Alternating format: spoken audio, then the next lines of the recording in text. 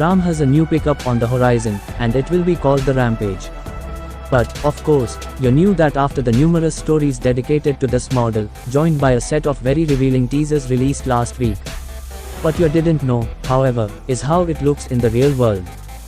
There are a few differences to the Rampage shown in Ram's teasers, as this one has body-colored bumpers for one. Decorated by what seems to be an RT logo, the grille is also different, and the black cladding on the lower parts of the body was painted red, just like the rest of the exterior. The wheels are also new, and they sport a black finish here.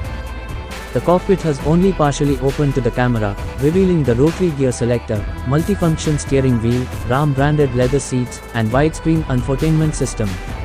The display incorporates many functions of the pickup and will be used to control the HVAC system, among others.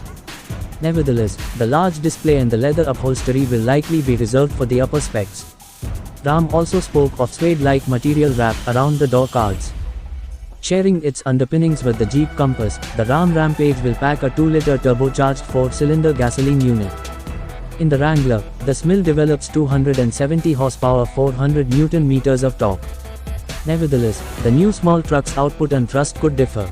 Unofficial sources speak of a possible diesel engine, namely a 2.2-liter turbocharged unit, though this one has yet to be confirmed.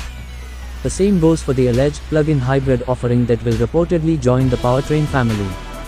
A potential PHEV sounds like a great option for the United States. Several outlets certainly believe so and quoted undisclosed insiders with knowledge of Stellantis plans. The Rampage might launch in the US or as early as later this year as a Ford Maverick rival, and chances are it will be available north of the border, in Canada, or that would be the logical step, anyway. Production of the Ram Rampage will take place in Brazil.